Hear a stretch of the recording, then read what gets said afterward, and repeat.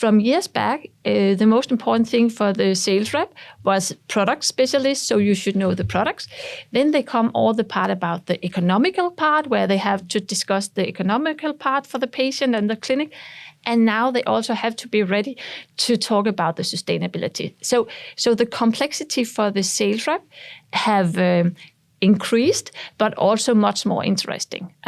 So they learn more and they feel more confident, not only about talking about it, but also being more proud about the products, because it's okay. We can do that. We can talk about the single-use equipment also in a sustainability setting.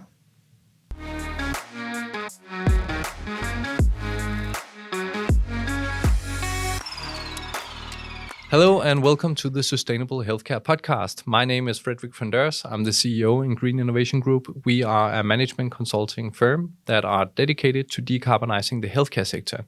And what is more important on that agenda than connecting the sustainable strategy to the commercial departments? That is what I'm having a conversation with Anne Harsmann around today. Anne has been working in the medtech industry for almost her entire life after starting out as a nurse. So she has a lot of unique knowledge in this area. And I think one of the key takeaways that I take with me from this conversation is that commercial departments in healthcare companies should really talk to the ESG departments and the sustainability departments about what makes their organization unique so they can better position themselves in the marketplace. So without further ado, this is my conversation with Anne Harsmann.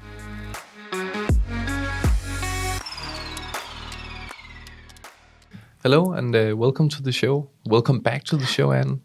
We've had one other conversation where I got to know you and learned about your career in medtech and how you started out as a nurse, and then went into commercial and started delivering some of the products to the clinicians and to the hospitals, and then learning more about your journey towards tying the sustainability agenda with the commercial department in medtech companies.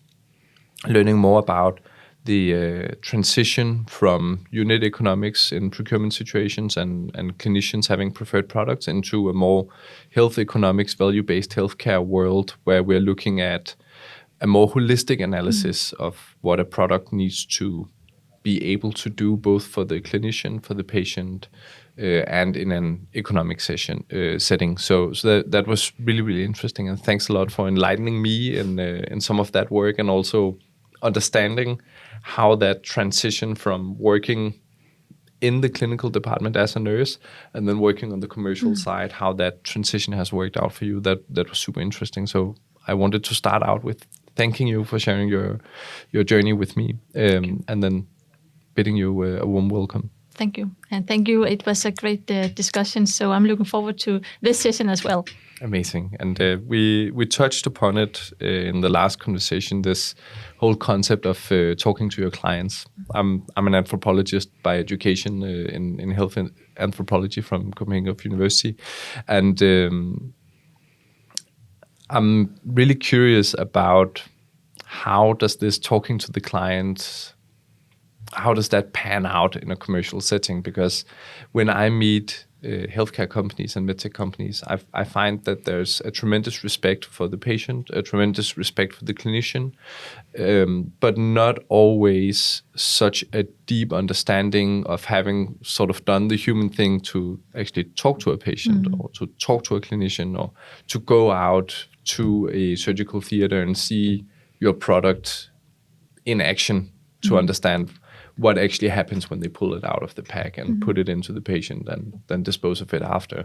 So I was hoping that we could talk about this whole journey of being employed in a medtech company and then actually running that investigation of talking to the clients and figuring out what they consider sustainability and then how to navigate that in a commercial setting. So maybe you can add some meat to the bone and tell us about the situation. When is this going on, and where are we, and what are the products in question?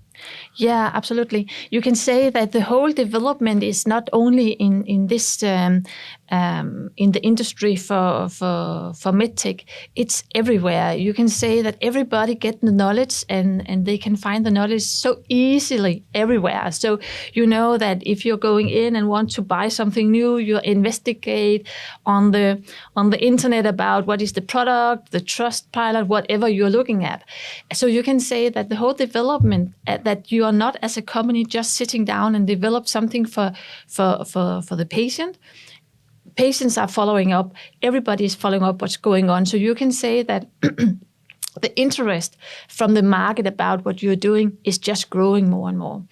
And saying that is that we are have to go back and ask a little bit about what do the patient or here, what do the hospital, what do the market need, what is important for them. And you can say that normally as an industry, we are developing year after year out from maybe some calculations about the bones, what is really needed. And then sometimes we have to remember to ask if this product is really valuable for the market. Mm-hmm. Will it make sense to do that? And coming from a great company, Ambu, which is a Danish company selling single-use equipment, that was an interesting path because at the same time as Ambu was coming out with the single-use endoscopy, was at the same time... a single-use endoscopy, just for those who are not familiar with it, it's a surgical camera. Yeah, it's a surgical camera where you're going, for example, down into your nose, down, and you can look into your lungs. So that is a product which have been very much a reusable system. And now Ambu is coming or have over years developed more and more products to do that as a single-use device. Mm-hmm. So coming with a single-use device now where there's so many discussions about sustainability is an interesting case because what we find out when our great salespeople were out talking with the clinics was that they were asking about the sustainability part and say, but this is plastic. Should we really throw it away? What is the whole concept about that? So we find out that there was a lot of questions from the market about the sustainability part. And we were thinking about how could we meet that question from the commercial side, from the sales rep.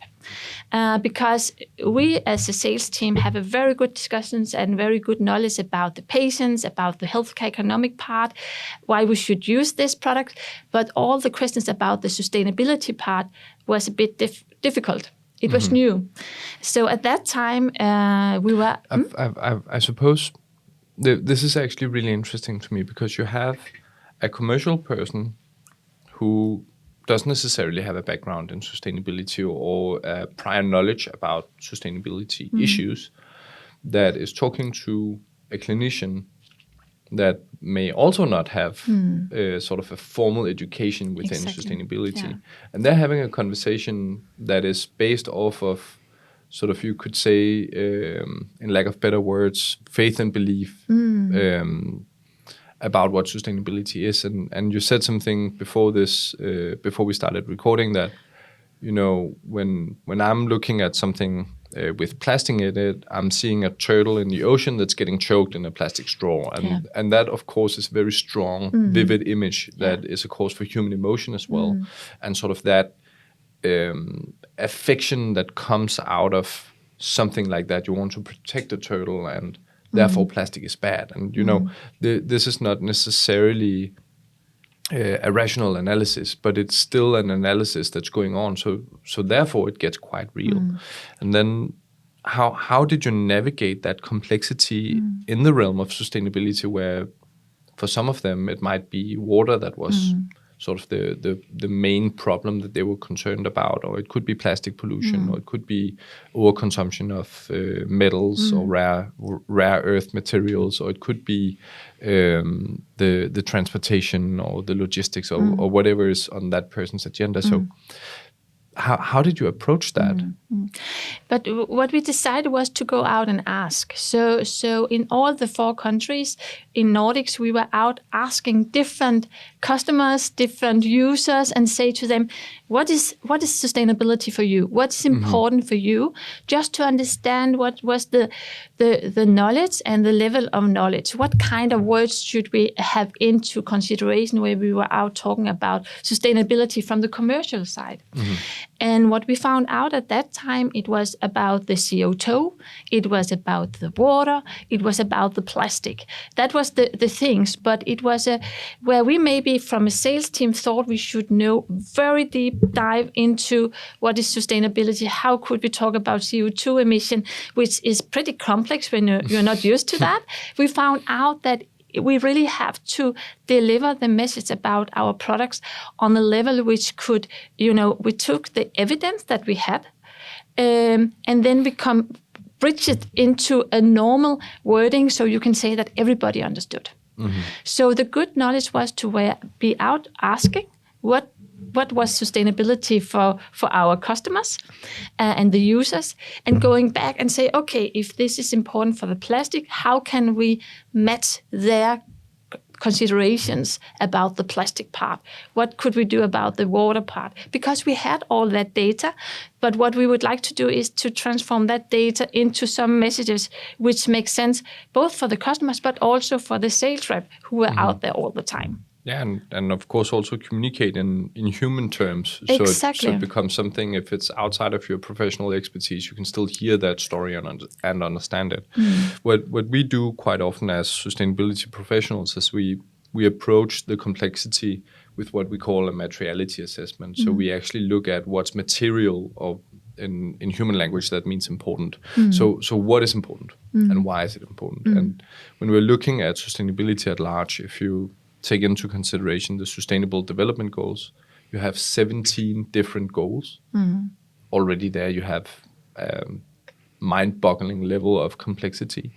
But if we look at other frameworks like the 9 planetary boundaries from the Stockholm Resilience Institute, you have actually 9 planetary boundaries that we are approaching as a species and as a global society.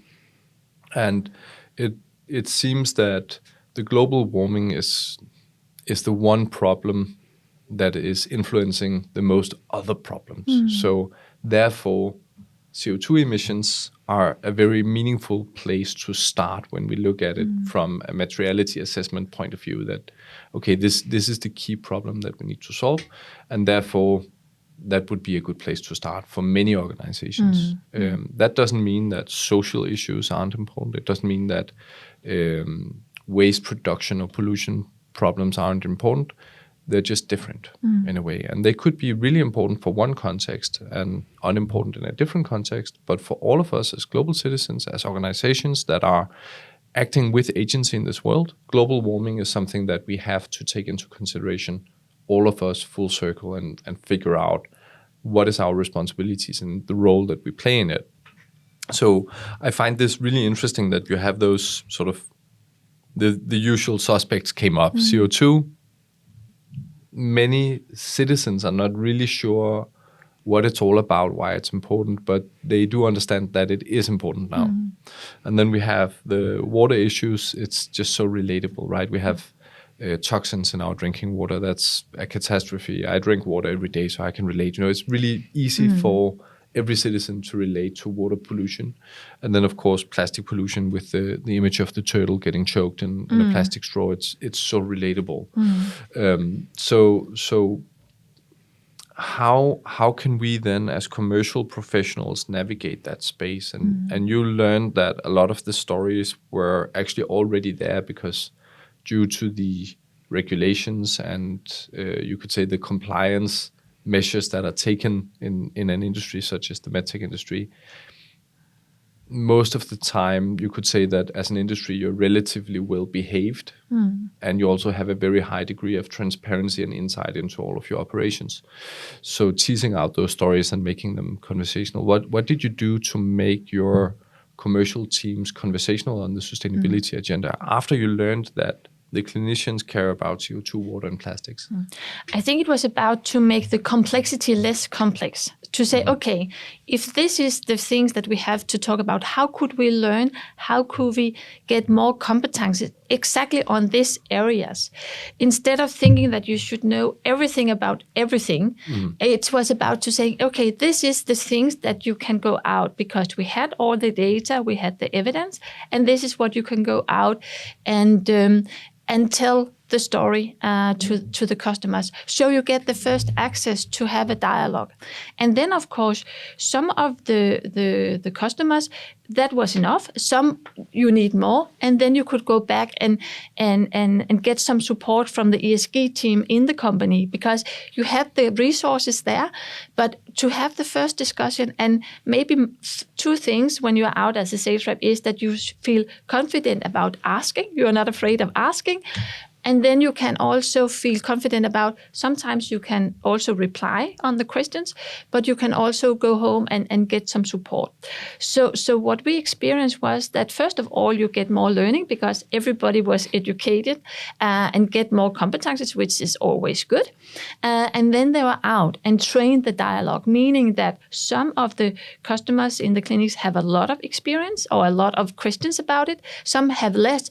But as soon as you, as salesperson, feel confident being out there, then they have another kind of dialogue because then it's not afraid of that. So you can say from years back, the most important thing for the sales rep was product specialists, so you should know the products. Then they come all the part about the economical part where they have to discuss the economical part for the patient and the clinic. And now they also have to be ready to talk about the sustainability. So the complexity for the sales rep have increased, but also much more interesting.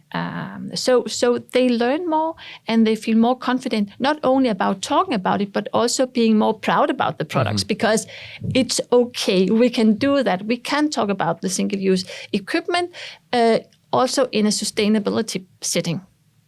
Yeah, for sure. And I think that sort of the sense of pride is really important for a commercial angle in it, because at the end of the day, if you're a sales rep, your life is about having conversations. And typically interesting conversations are better conversations to have. And there's a higher probability that you'll be remembered and that you'll be prioritized in the inbox from the person who's at the other end.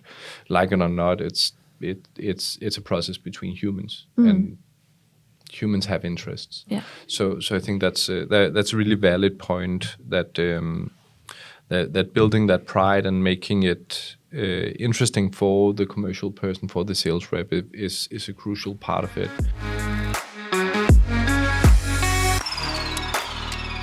If we were to look at a company that wants to tie their commercial strategy with a sustainability strategy, what's the advice that you would give them? What does day zero look like from a management perspective? How do you get started? I think to get started, all companies are doing different kind of ESG, sustainability, calculation, reporting. So what I would do was to start to say, okay, how can I, as a company, what kind of company we are talking about, different? How would I like to differ from my competitors? What kind of things will I like to differ compared to competitors, but also close to the values I have as a company, and say what could be?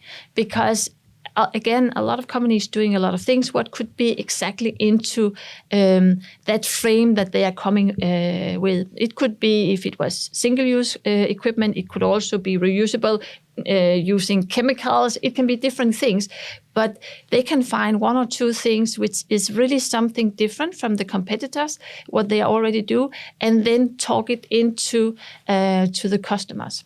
That is one thing where you're coming from the company out to the market, and the other thing is really to continue to ask the market. Be sure that you are not only talking the products, but you're talking the values around the products. What kind of value creation are you doing out there? Is it somebody who is really thinking about the shaft shortage? Is that the main point to discuss? Or is it somebody who's really talking about the waste? And you can say that now it's more even more important to talk about the customers, what they really need for the future tenders, for the future buyings, just to be sure that you meet their recommendations.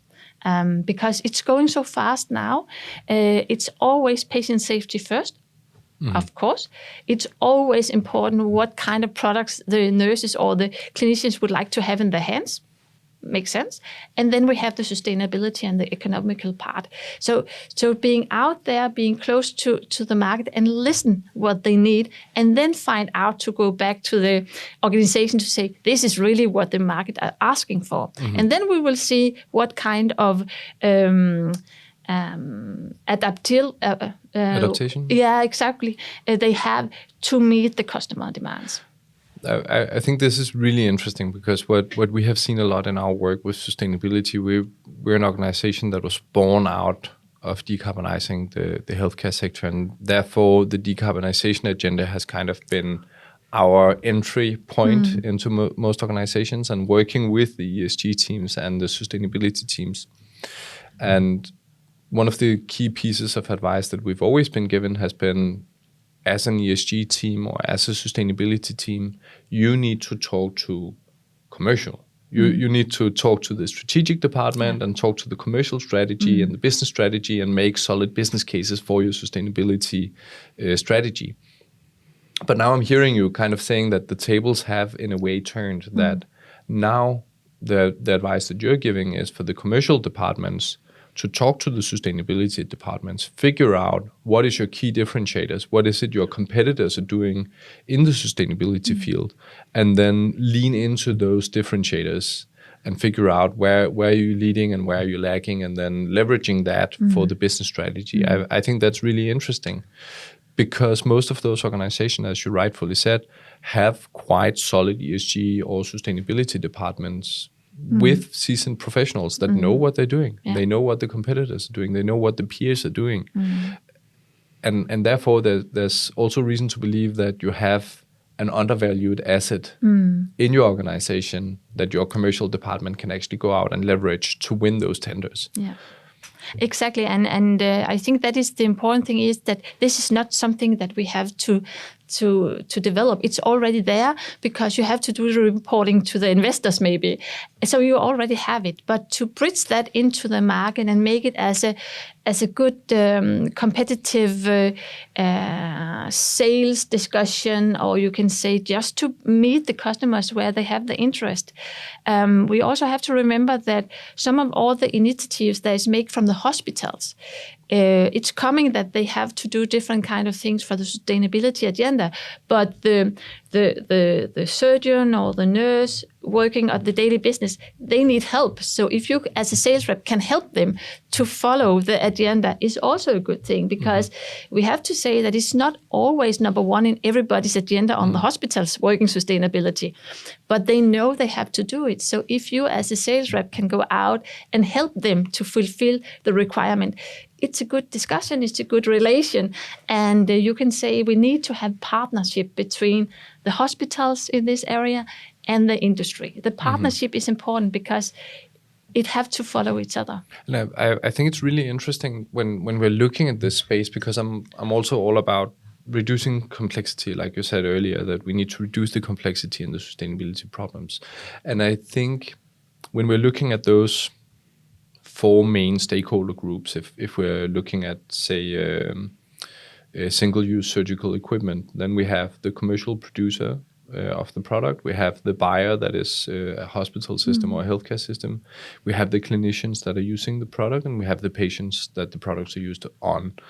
And in its essence, it's really important that the producer produces something that's sustainable, that is well made, and it's made with respect to and in accordance with the planetary boundaries that we're looking in, that we're living in. Then it's important that the buyer understands their mandate to purchase goods that are sustainable from their suppliers to reduce their Scope 3 emissions. So Scope 3, when we talk about greenhouse gas emissions, we have 3 scopes, Scope 1, 2, and 3. 3 is all external suppliers to the company. So for a healthcare system or hospital, an external supplier would be the producer of the surgical equipment. So the buyer has to have that literacy. The producer has to have that literacy.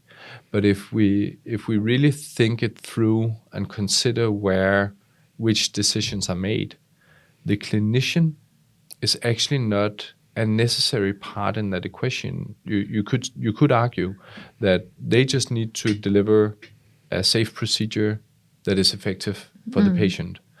And if it's sustainable or more sustainable than an alternative, then that's great. But it's never one of the top two concerns. It has to be safe and efficient. That'll always be the case for the clinician. And the clinician actually also doesn't have to consider the price of the procedure, right? Because then we put them in a different position. That's not a fair responsibility to put on that clinician to consider what is the cost of the procedure. They just need to know, I'm going to perform this procedure. I'm going to do one hell of a job. It's going to be a great experience for the patient, and the patient is going to have more added quality life years to their life. That's kind of the playing field there. So I'm just curious about your thoughts there. That I think this is it's probably most effective if the clinician won't have to change much in their everyday life, because they may or may not be emotionally invested in the sustainability agenda. But the procurement department does actually have it as a solid KPI. But I'm not sure I would want the clinician to have sustainability as a KPI for them. No, and that is the whole case, is that they are the important thing for the clinicians is that you are do something good for the patient safety, efficient. But because of the tender and the things that they have, the tender content is made by a user group. And in that tender, you also have the clinicians have to be a part of that. So they get the products they need, the quality they are looking for. But here we also have that the service, the economical part, the sustainability part is a part of the tender. They have to, have a word to say in the tender as well. So starting to create the tenders with respect also the sustainability part is of course important. And the surgeons have also to be a part of that to say sustainability part, yes. We also need to be sure that the quality for the patient is number one. And I think, as far as I have seen, the quality for the patient is always number one. Yeah. Of course. Yeah. So that I think to discuss the sustainability part is not to compromise the patient safety. It's more about that now it's also give points in the tender, which I think is good, because when we start to get points for good sustainability activities, then all the companies, not only in small Denmark, but also in the bigger company can say, okay, it can really make a difference commercial-wise that you're doing that. It's winning us contracts. Yeah, so it's something which develop to the best that we have it now coming in, because it's forced the industry to be good, to be sharp, to word the sustainability part. And it's also support that we are not coming in with companies which is maybe not is so good in this area. So I think it's working for the good, and the clinicians have to be a part of it, because they will always talk for the patients, which is number one for everybody working at the hospitals. So I think it's just a development that we cannot change, but we can, as an industry, we can choose, as a company, we can choose to be an active part of it or not. So for me, it's very much about we can choose to be there, to be commercialize the things that we are doing and being out there. That is a choice we can do. For sure, for sure. Thanks a lot for sharing those insights. In summary, we can say that navigating the complex world of sustainability from a commercial perspective is actually all about leaning into the process and asking the colleagues that know everything about sustainability inside your organization. There is probably a sustainability team or an ESG team that can help equip you and your commercial colleagues in having these conversations, becoming conversational and understanding the differentiators for your company versus your competitors, and then starting to deploy those differences in your sales dialogues. And on top of that, this is what's supposed to win you contracts in the other end. And there's reason to believe that if the development is usually following the money as well, right? So if you start winning contracts and being awarded points from sustainability or from having a high degree of transparency on your sustainability measures, then of course it's going to be worth the investment for the organization to look deeper into it. And then I just really appreciated the part about talking to the clients. Understanding their life worlds and seeing and understanding what they find important as a guide to where to start. And of course, as a sustainability professional for myself, I would always recommend that you also run a materiality assessment so you make certain that you're addressing something that is actually important and you understand how important it is related to all of the different agendas that are at stake within the agenda, and try and quantify how does the packaging or the plastic agenda compare to the water pollution agenda, and how does that compare to the global warming agenda for our specific context, and then make your decisions accordingly and position the product accordingly, so you also avoid the greenwashing risk that is also there, which is of course associated with a tremendous reputational risk for a medtech company. It just cannot be done, and the risk is quite large. So of course you also need to navigate that with some what could you say, caution, and make sure that you're not stepping into a field where you have nothing to do. Exactly. But thank you so much for being here and sharing your insights and tying the commercial side of a medtech company to the sustainability side, and showing that the business potential is there. That was really insightful for me, and I learned a lot. So thanks for being here. Thank you. Thank you.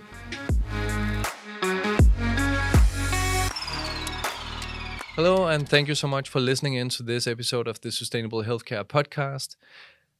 It really means the world to us that you're listening in and that you're sharing the podcast as much as you're doing already. We are the top 5% most shared podcast on Spotify, and that is just a tremendous honor that you think the content is so good that you would actually share it with your network. So thanks a lot for that. Please remember that if you subscribe and rate the podcast, it makes it easier for us to get interesting people on board and have them guest the podcast and share their insights with you. So if you would please subscribe and rate the podcast, that would mean the world to us. Also, if you have feedback for us, we're always really, really happy to receive it, to listen to it, and to improve on the show and to improve your experience with the show. So thanks a lot for listening in. Have a great day out there.